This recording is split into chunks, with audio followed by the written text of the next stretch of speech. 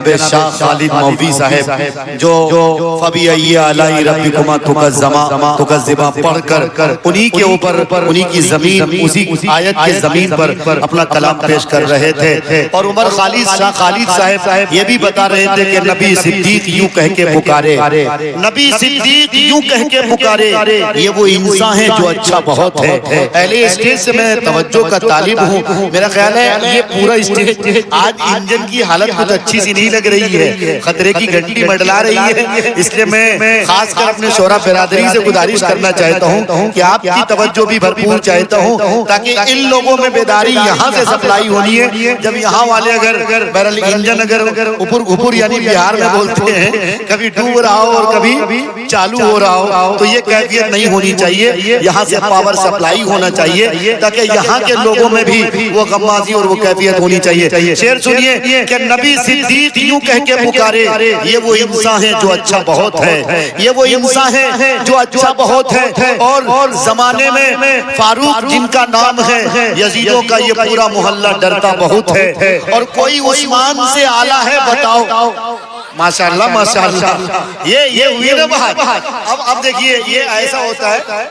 سبحان اللہ سبحان اللہ، یہ ایسا ہے، اس طرح کی داد ملنے سے زندہ روحیں بھی مردہ ہو جاتی ہیں اور مردہ روحیں بھی زندہ ہو جاتی ہیں۔ یہ بہرحال ایک کہاوت ہے، اس لیے میں نے کہا ہے نبی صدیق یوں کہہ کے پکارے، یہ وہ انسان ہے جو اچھا بہت ہے، کوئی عثمان سے اعلیٰ ہے بتاؤ، کوئی عثمان سے اعلیٰ ہے بتاؤ۔ سخاوت کا یوں تو قصہ بہت ہے، سخاوت کا یوں تو قصہ بہت ہے، اور علی کے نام کا چرچا بہت ہے۔ اب شعر سنیے گا ابو ذر بھائی، ارے ولید کوپا گنج سے آپ آئے ہو، شعر سنیے، نبی کے نام علی کے نام کا چرچا بہت ہے، مگر دشمن جو ہے بہرا بہت ہے، اگر کرتا ہوں میں حوروں کی باتیں، یہی بہرا ہے جو سنتا بہت ہے۔ علی کے نام کا چرچا بہت ہے، علی کے نام کا چرچا بہت ہے، مگر دشمن جو ہے بہرا بہت ہے، اگر کرتا ہوں میں حوروں کی باتیں، یہی بہرا ہے جو سنتا بہت ہے، یہی بہرا ہے جو سنتا بہت ہے۔ اور نبی کی نعت میں راہی لکھ رہا ہوں، نبی کی نعت میں راہی لکھ رہا ہوں، یہ شوق ایسا ہے جو اچھا بہت ہے، یہ شوق ایسا ہے جو اچھا بہت ہے، نبی کی نعت میں راہی لکھ رہا ہوں، یہ شوق ایسا ہے جو اچھا بہت ہے۔ ہمارے ہاتھ میں بہت اچھے اچھے کارڈ ہیں اور بہت سے مہمانان کرام ہیں، یہ بھی بہت اچھے ہیں، ایک کے بعد دیگر تمام مہمانان کرام کا استقبال کیا جا رہا اور میں کرتا رہا ہوں۔ نیشنل ٹریڈرز کے بہرحال بھائی صاحب تشریف رکھتے ہیں، ان کا بھی استقبال ہے، ابو بکر سوٹ والے بھائی وہ بھی تشریف رکھتے ہیں، ان کا بھی استقبال ہے، ڈاکٹر ذاکر صاحب تشریف رکھتے ہیں، ان کا بھی استقبال ہے، ڈاکٹر خیبر صاحب، اچھا جمیل احمد صاحب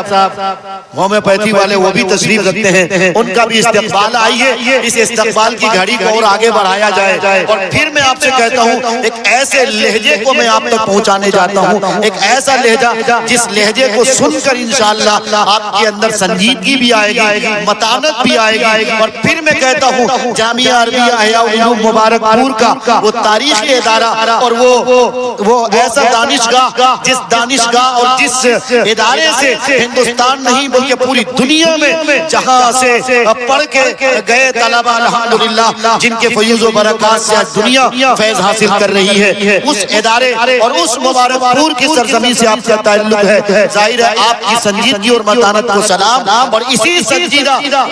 مجمع کے سامنے ایک سنجیدہ شاعر جناب قاری فہیم پیہانوی کو میں دعوت دینے چلا ہوں، جناب قاری فہیم پیہانوی صاحب تشریف لائیں اور اپنے کلام سے ان تمام منتظر سامعین کے تسکین کا کام کریں۔ جناب قاری فہیم پیہانوی صاحب کو میں ان شعر کے ساتھ ان کا استقبال کرنا چاہتا ہوں کہ زندگی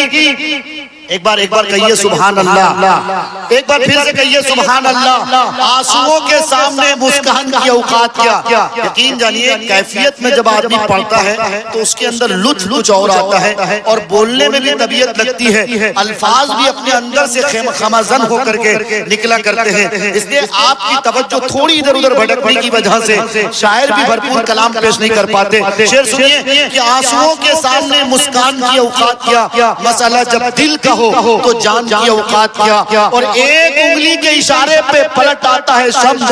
چچا شعر سنیے گا. ایک انگلی کے اشارے پہ پلٹ آتا ہے شمس. معجزوں کے سامنے وگیان کی اوقات کیا, معجزوں کے سامنے وگیان کی اوقات کیا. اور آخری شعر پڑھ کر میں جناب قاری فہیم پیہانوی کو کہ ہم فقیر عشق ہیں بے خود ہمارے سامنے, ہم فقیر عشق ہیں بے خود ہمارے سامنے, سلطنت کیا چیز ہے سلطان کی اوقات کیا. آئیے مائک پر جناب قاری فہیم پیہانوی صاحب ہردوئی کا قصبہ پیہانی سے ان کا تعلق ہے, استقبال کیجئے اپنے مہمان شاعر جناب قاری فہیم پیہانوی کا.